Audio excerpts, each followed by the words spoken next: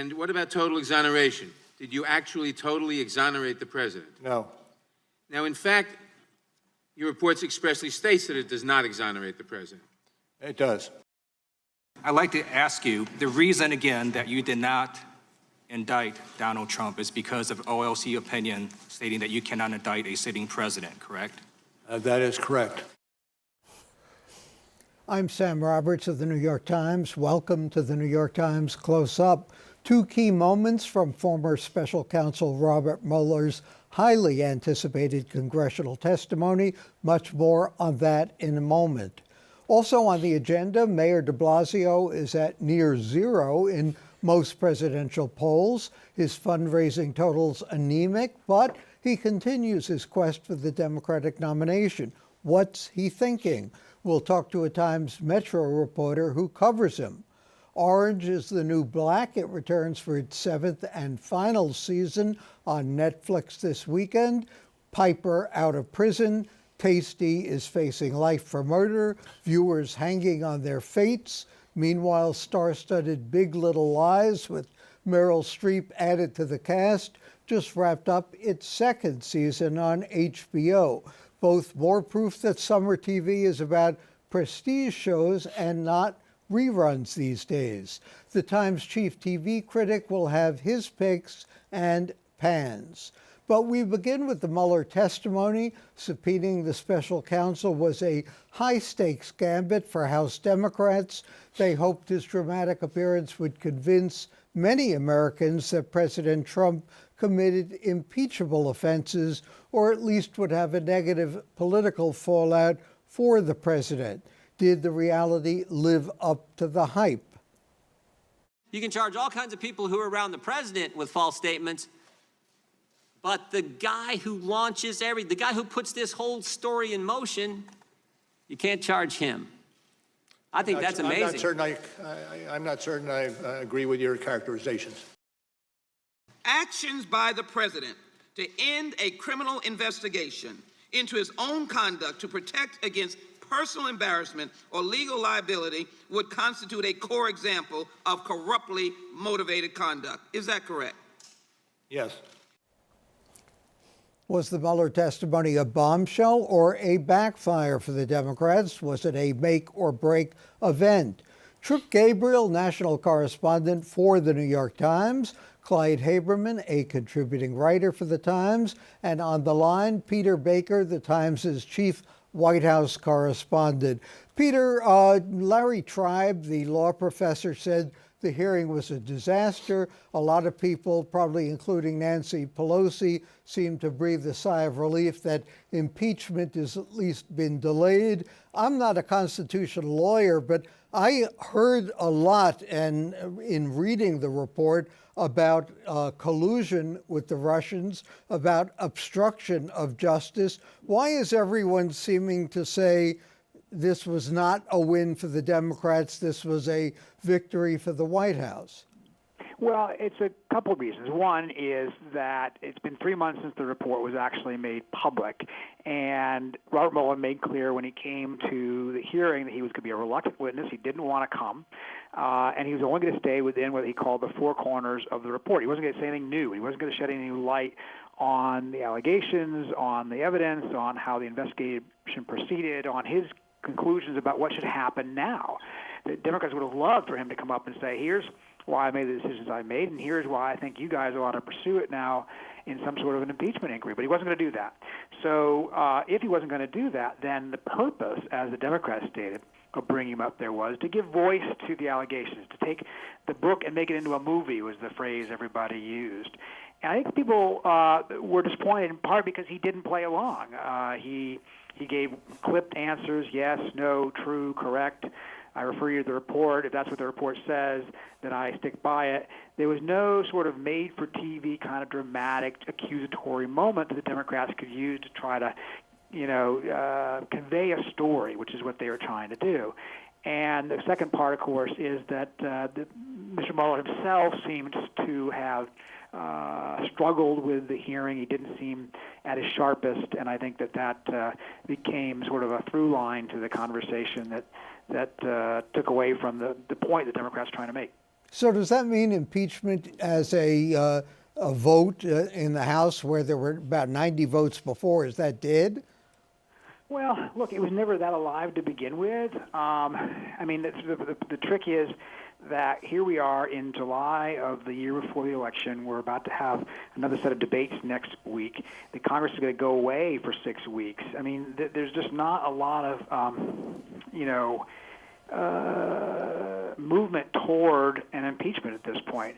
What the Democrats are trying to do is continue these investigations. They're going to go to court, see if they can't get more of the redacted parts of the Mueller report released to them, see if they can't get a court to order Don McGahn, who's the former White House counsel, to testify. The president has tried to block that. He's been a pretty damning witness if you read the report.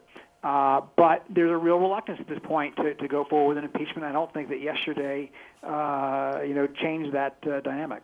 Clyde and Tripp, is this what Pat Moynihan used to call defining deviancy down, that we've now accepted this as the new norm, that the special prosecutor says the Russians are at it again, presumably they're at it again on behalf of the president, and nobody seems to be batting an eye? Well, Republicans are not batting an eye. I think an awful lot of other people are batting an awful lot of eyes. As I was watching yesterday, I began to think, maybe this is indeed the death of Watergate finally, whatever it is, 45 years later. I mean, older folks may have tried to put this in a Watergate framework when the hearings were held back in 1973 and 74. There were these amazing characters who were witnesses at the Irving Committee hearings. Tony Ulasewicz and Alexander Butterfield with his bombshell testimony. Well, this sort of put a knife into that one as far as I'm concerned. Clearly, Mueller was not going to play along, but I still think it was very important for those who indeed just watched the movie and didn't read the book. He makes very clear the president was not exonerated, no matter how many times he repeats that lie, and the Russians helped him to win. And he didn't fully, he backtracked on the clip you showed with Congressman Liu.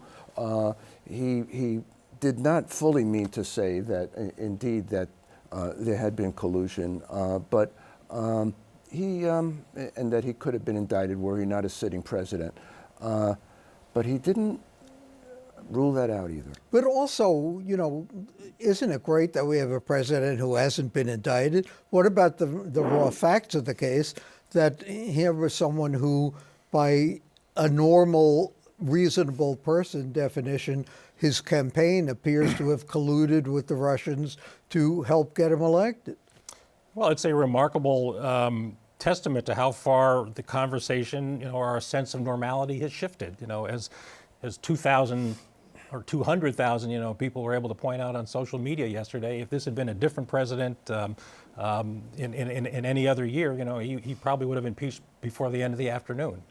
Right. What would Joe McCarthy have said about this? Well, it's funny. I mean, Clyde brought up the Watergate hearings. I was pushed back to even earlier era. The Democrats were looking for a Joe Welch moment. He's the guy that have you McCarthy no of saying, shame? have you no, at long last, have you no decency. sense of decency? And Mueller did not give them anything remotely like that they could, that changed the sympathies of vast numbers of Americans in the 1950s on sentiment about Joe McCarthy. The Democrats wanted a moment like that from the hearings. They didn't get a moment like that from the hearings. Trump claimed it as a victory. Counterintuitively, perhaps, one of the bigger winners that came out of yesterday might have been Nancy Pelosi. I mean, she does not want to see an impeachment drive at this juncture. When her own majority in the House is going to be in jeopardy in 2020, and this has slowed the momentum toward that. One of the Republicans even managed to slip the word socialist into the hearing yesterday. I mean, they're going to ram that word everywhere they can. They could be talking about baseball scores, and they're going to be talking about socialists. And Lindsey Graham even talking about communists. Yeah. Which, how many of those are left? It's like Peter Baker, is there anything likely more to come out involving Trump and criminal or corrupt behavior, or have we seen the peak of that? Well, look, I think the last couple of weeks have been good for him in the sense that if yesterday did not at least increase the risk of impeachment, he also had the decision by the prosecutors in the Southern District of New York about a week ago announced that they had effectively closed the hush money investigation that caught up Michael Cohen involving Stormy Daniels without any further charges. That's obviously good for the president. There's also, he won a ruling on the emoluments case. That's the constitutional bar against president and other federal officials profiting from his service, in effect, through the hotel in Washington. But that doesn't mean it's over. Look, there's a lot of investigations going on out there. I mean, his inaugural committee is being investigated. There are all sorts of different, investigations. The taxes the House Democrats are fighting to get hold of his taxes. And you can always imagine a scenario where more information comes out that tells us something about him that we don't know right now, and perhaps even changes the equation. But he does seem to have managed to weather more storms, more scandals, more negative information about his behavior than certainly any normal politician would. And I think that he feels emboldened from yesterday. Republicans feel emboldened from yesterday, and they're going to make the case that it's time to move on. The Republicans seem to be supporting him. The Democrats seem to hate him. Does anybody care about what happened this week? Well, yeah, of course they do. But, every time, it seems to me, Peter would know this better, that Trump feels emboldened, he does something unbelievably stupid and even mean-spirited. And so I expect that to happen again, including now they're going to resume capital punishment. Tripp, you agree? Yeah, and I also just think that opinions about Donald Trump are very much baked into the cake. Yeah. In almost every demographic in every state, it is a diamond hard kind of allegiance to either you're for him or you're against him. There are not that many voters who are up for grabs in the 2020 election. So, I don't think the status quo is going to change much. I think it would have taken a huge kind of performance for it to change. Candidates on the Democratic candidates on the stump don't bring up impeachment very often. Some of them are clearly on the record, Elizabeth Warren being the first, as I recall, in favor of impeachment. But, and voters that come to their town halls don't talk about it. Right. It's not the first or even the fifth issue that they bring up. Well, we'll see how the Democratic field changes next week after the debates, thanks to Tripp Gabriel, Clyde Haberman, and Peter Baker, the Times White House correspondent. Coming up next, Mayor de Blasio continuing a campaign for the Democratic presidential nomination. Seems to be going nowhere. Does he really think he'll be moving into the White House? We'll talk about it.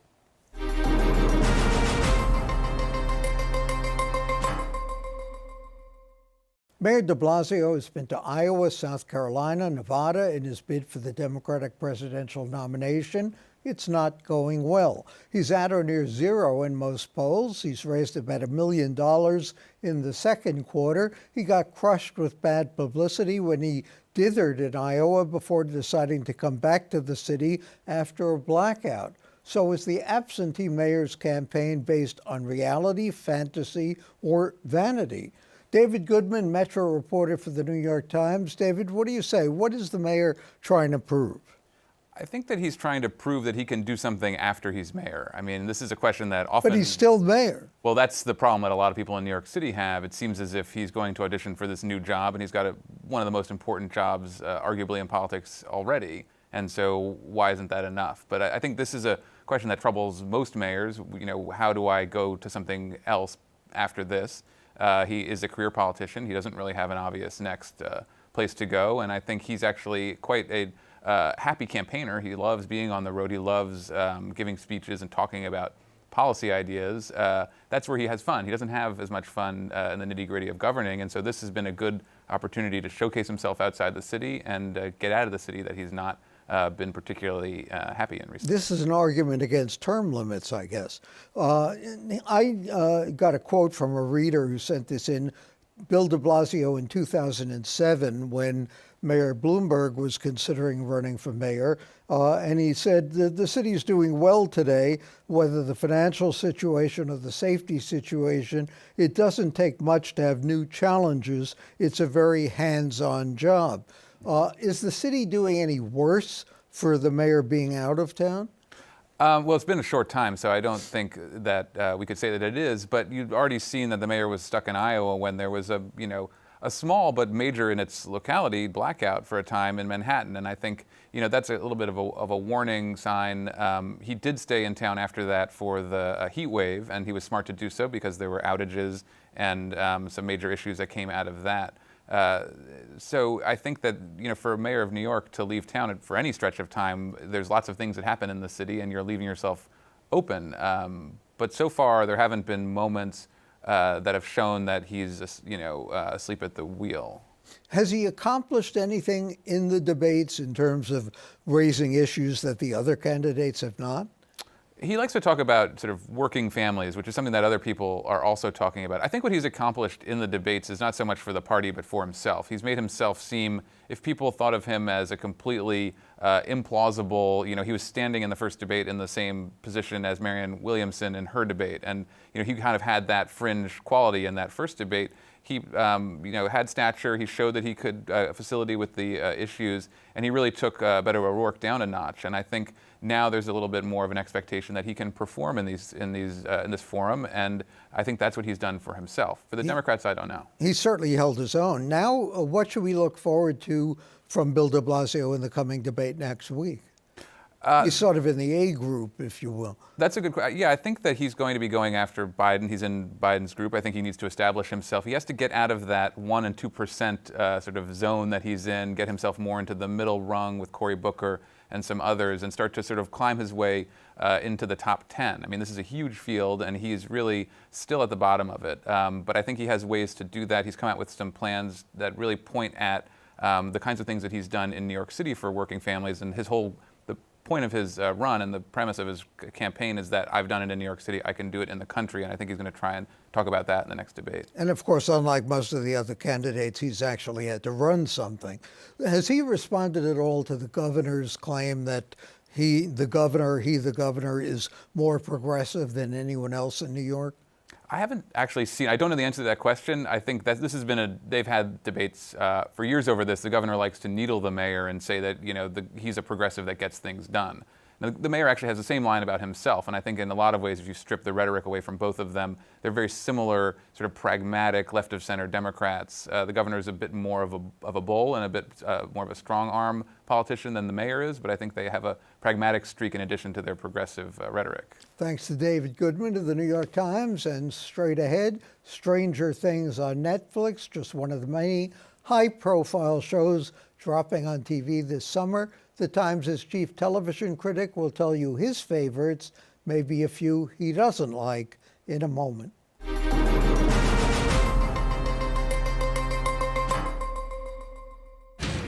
Gretchen, Roger. I had 2 Miss Americas. Not that one yet. He berates me constantly. He's a bully. Give me a little twirl. That was a scene from The Loudest Voice, the Showtime series about Fox News founder Roger Ailes, airing this summer. It joins HBO's controversial Euphoria and a wide slate of other big-budget shows airing and streaming this summer. So what's worth watching and what should you ignore? James Paniwazik is the chief television critic for the New York Times. James, what would you say is the thread that sort of ties all of these cable streaming shows together? What's different? What does it say about Netflix in particular this season? I think the big threat is simply that there's so much television in summer now, which, obviously did not used to be the case. And so much good television, as there's you so seem much to say. There's so much good television, number one, and so much high-profile television. I mean, obviously there was always summer TV as long as there was TV. But summer used to be when you would, dump the extra episodes of shows that you were going to cancel, or, it would be a time for, game shows, which we still have some of, or reruns, et cetera, et cetera. But I mean, now you have something landing on July 4th weekend, like Stranger Things, which, is arguably Netflix's biggest, to the extent that we know what Netflix's biggest show is, its biggest property, just sort of landing out there the same way that, a big Hollywood tentpole blockbuster movie would. Summer is high season now, as opposed to the doldrums. And we have Orange is the New Black, obviously. We have Game of Thrones. What has changed the dynamic in that scheduling? I think part of the thing is that the energy in the business of TV has moved away from the traditional broadcast networks, ABC, NBC, CBS, and just traditional television generally, including basic cable, which always ran on a sort of an advertiser-driven schedule, starting in September, running through May. That was the TV season, and you'd get your new product online in September, and it would run through then. The combination of outlets like HBO, which don't have advertising and are, can be much more of a year-round operation, and Netflix, which Netflix really has sort of an interesting philosophy programming-wise, which is, they kind of assume that they just own your free time whenever you have it. Mm-hmm. So, I always found it's very interesting that, networks would never put their big shows on Friday night because it's assumed that people are out doing things, they're going out for the weekend, et cetera, et cetera. That's when Netflix launches its shows, because Netflix just assumes they own your weekend, mm-hmm. and you will just fit those 10 hours of TV or whatever into whatever time you have available. So in other words, I think it is just big picture, the rhythms and kind of the process by which we consume TV has changed.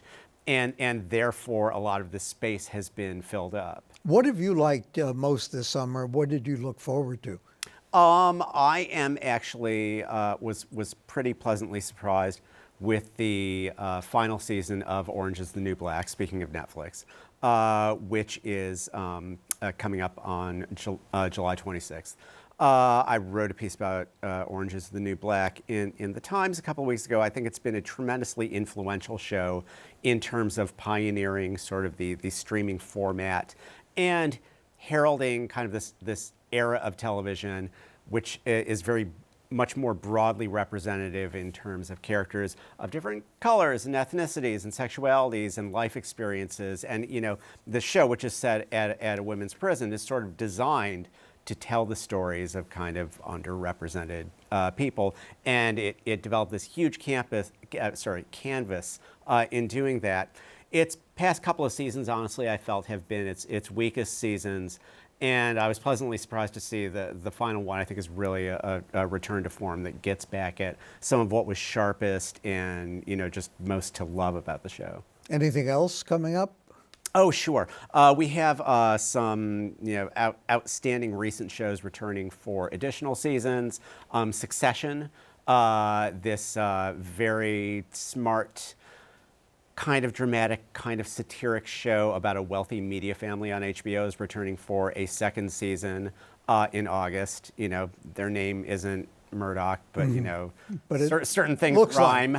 Lodge 49, another favorite show of mine from last year, also returning in August on AMC. So lots of things to look forward to. And let me point out before we run out of time, also to look forward to Audience of One, a book about Trump and TV and how it's evolved, by James Poniwazek. So we'll look forward to that coming up in the fall too. I'll add my thoughts coming up on CODA.